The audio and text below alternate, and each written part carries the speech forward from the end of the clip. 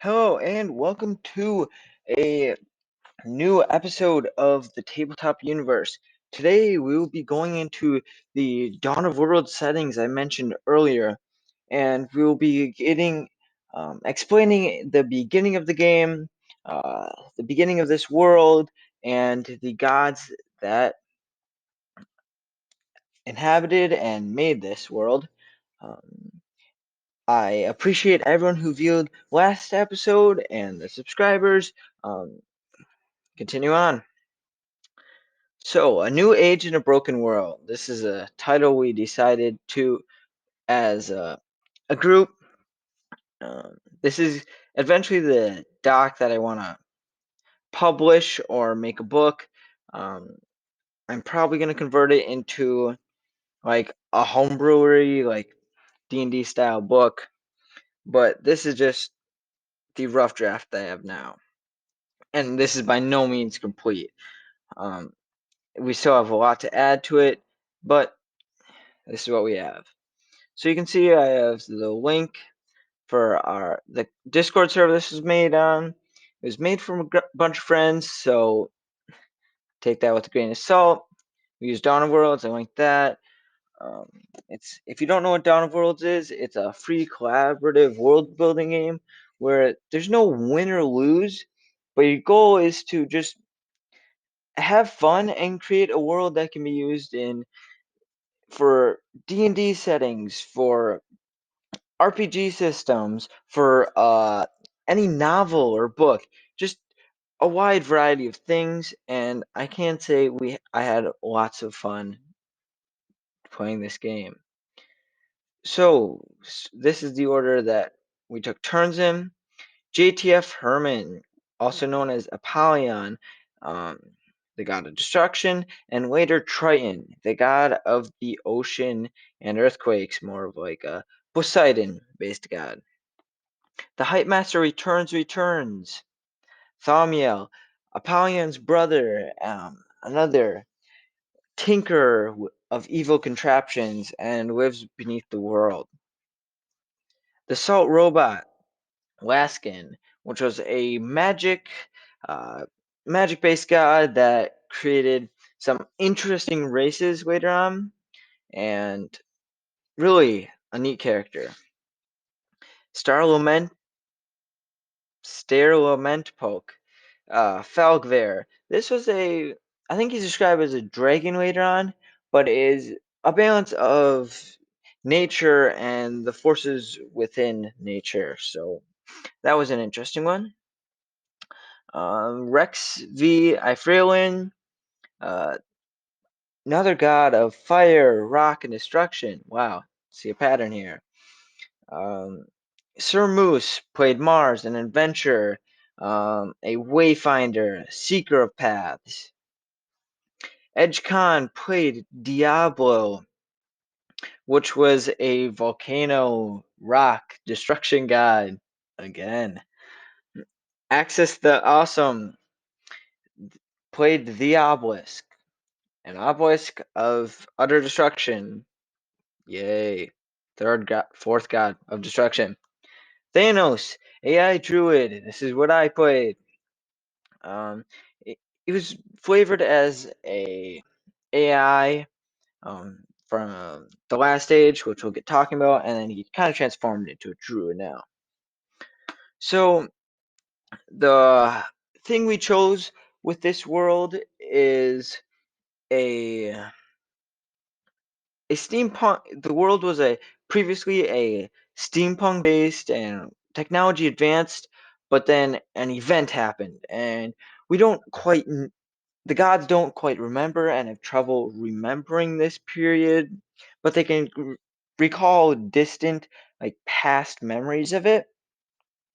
And after this event, the world was shattered and now left into lots of smaller islands, not just one big landmass.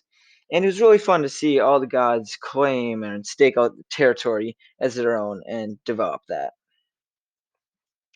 So every chapter, as you can see over here, is like an age, and it has different rounds within this.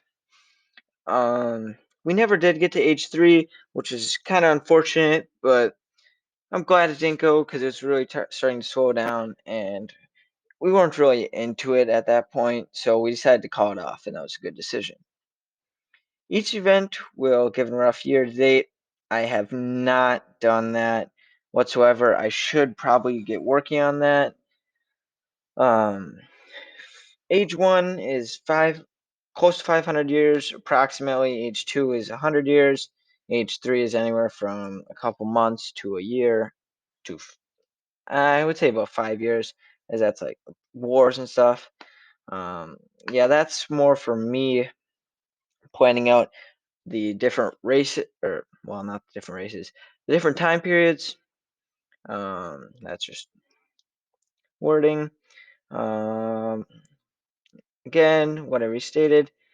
I'm still waiting to get an image of what our previous world looks like, so I'll get that into it, and that'll be cool to see how a beginning and an end photo. I have the end photo ready, just to see how we progress and how things are and what a world it's become just coming from a blank slate. So, the gods. Mars, walker of paths. Mars' forms varies, with 3 features that survive each retelling. Mars' upper form is that of an upright, hairless sphinx with gemstones in each eye, a blue sapphire for the right and 1 green emerald for the left. From the waist down, Mars walks on legs of goats, with thin curly gray hair and hooves of metal. Mars came to be at the turn of a new age. He has known the world chiefly as Enigma, born with insatiable curiosity. Wisdom and courage are dear to him, and he honors his ideals by living in the world and pledging his life to the many paths. He uses this wisdom often to lead other gods. Mars was an interesting character as he was like played the diplomat, um, visiting, I believe, the most out of all of us. Really well portrayed. You can see wisdom is almost, when he writes it, his wisdom is amazing because the way he was able to write it into it, it sounded like he was really in character. Eifrailin, the burning flame. Wow, original. Eifrailin presides over the mortal plains, volcanoes, and flames. He is the embodiment of all fire, said to reside in the flame of all forges that allow them to burn hot enough to mold metal to their will. Eifrailin typically appears to his followers as a large humanoid man with veins of lava and skin the color of charcoal, floating wisps in place of where legs should be. Flames look out of the cracks in his skin and his eye sockets.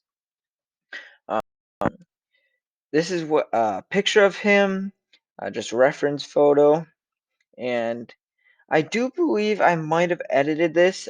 Again, a lot of these stuff in this project I edited, so it may not be the original person's word. I had to change some bits for grammar and just so things made more sense, or in case if someone didn't have a description of what the character did, I inputted that. So just be aware that not all of this is the originals. I did change part of it. Laskin, the magician.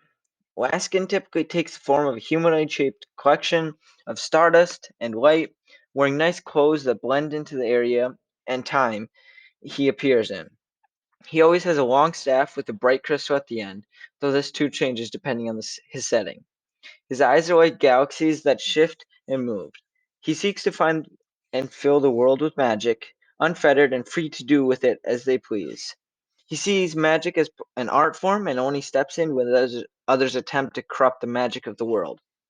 He occasionally wanders the world, checking on people while disguised. He is naturally very curious and has an intense passion for exploration. This is what he looks like. Another reference photo. And Laskin is definitely one of, I think, the most interesting gods, as he really portrayed the magic and the creative races that were created. It just blows my mind because they were wonderfully thought out and cute and very original thinking. So I applaud Laskin. The obelisk, beacon of destruction, another destruction god. The obelisk is an indestructible pillar that changes material, shape, and size based on who observes it, frequently appearing in areas plagued with supernatural phenomena. Often, those who view him see a black, swirling pillar of chaos and wind, leaving a path of destruction in his wake.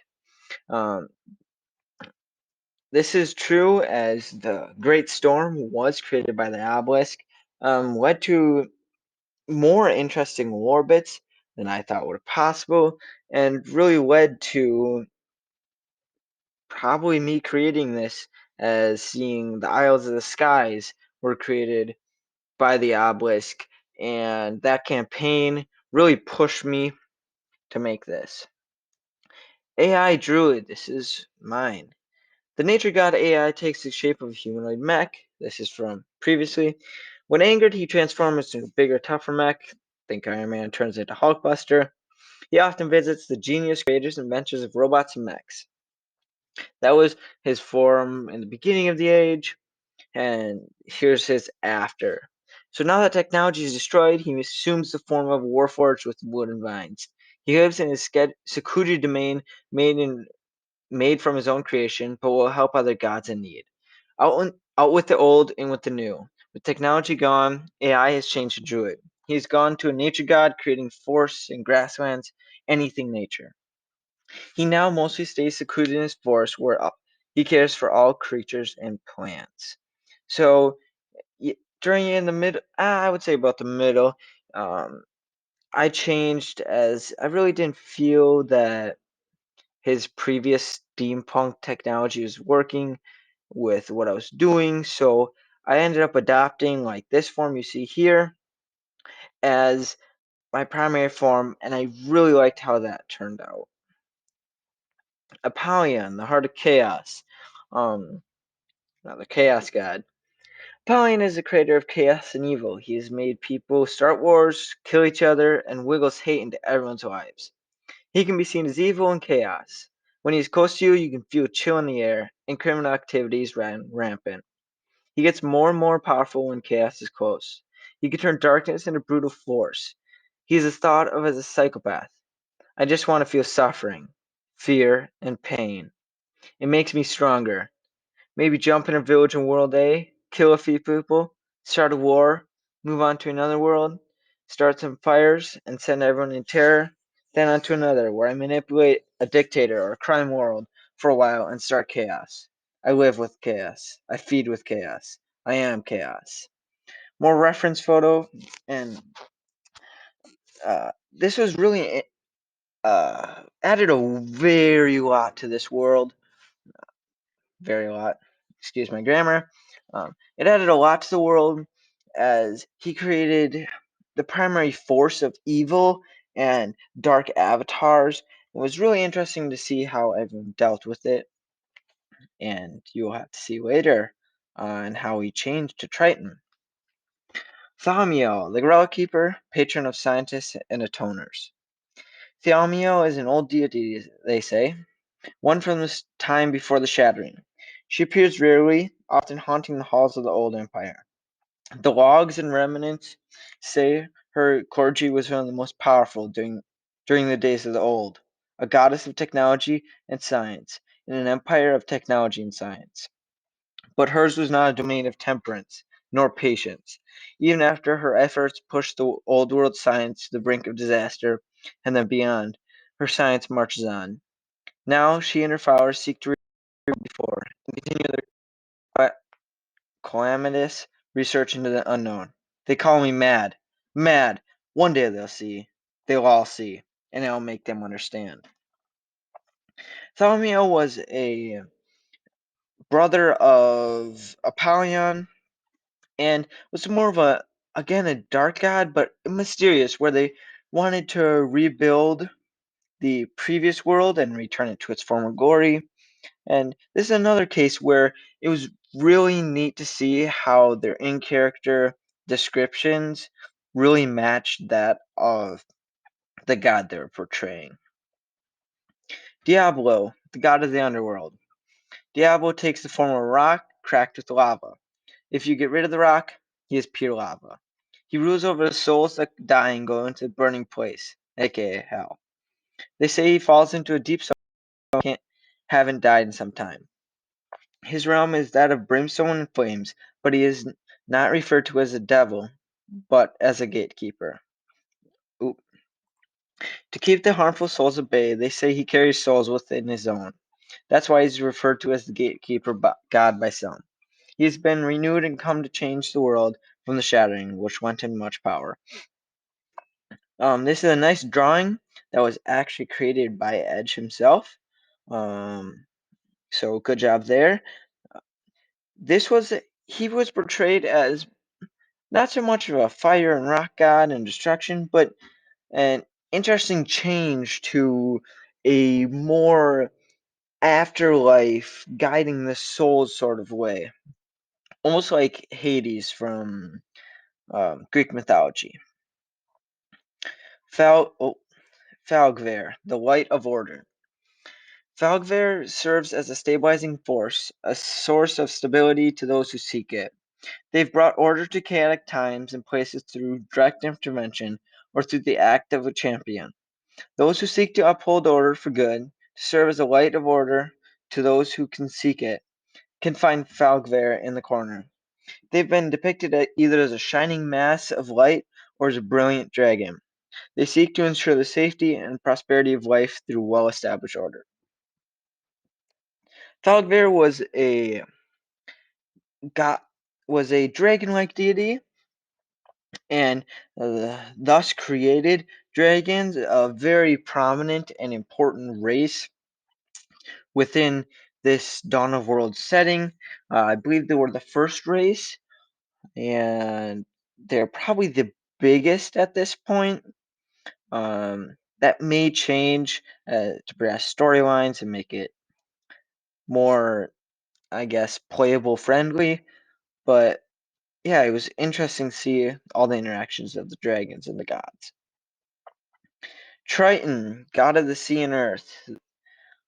Triton is born from pure celestial power. He is a protector of earth and the oceans. He is able to communicate with water creatures better than any god.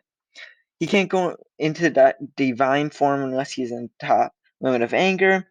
Quick to anger, he will kill anything that tries to harm the oceans and the earth. He is a special trident that was created by magic in the unknown lands before the shattering. So this is a god based off Poseidon from Greek mythology, and this is um, when JTF Herman wanted to change gods. We decided to let him, as we weren't really satisfied with his other one, and we ended up with Triton, which is much better than Apollyon and added much more to this world than before. So that was going over all the gods. We still have next video. We'll probably go over either a couple rounds or an age or another part of this Dawn of Worlds, and hope you enjoyed. And if you want to see anything done or you wish to see things added to the settings, please feel free to leave a comment down below and subscribe. And I will make sure I check the comments, and I will listen to the community because you guys, this setting is for you guys, and if you guys want to see it, I probably will add it because that's what makes you guys happy. So, thank you for watching, and this has been Tabletop Universe on the Dawn of Worlds.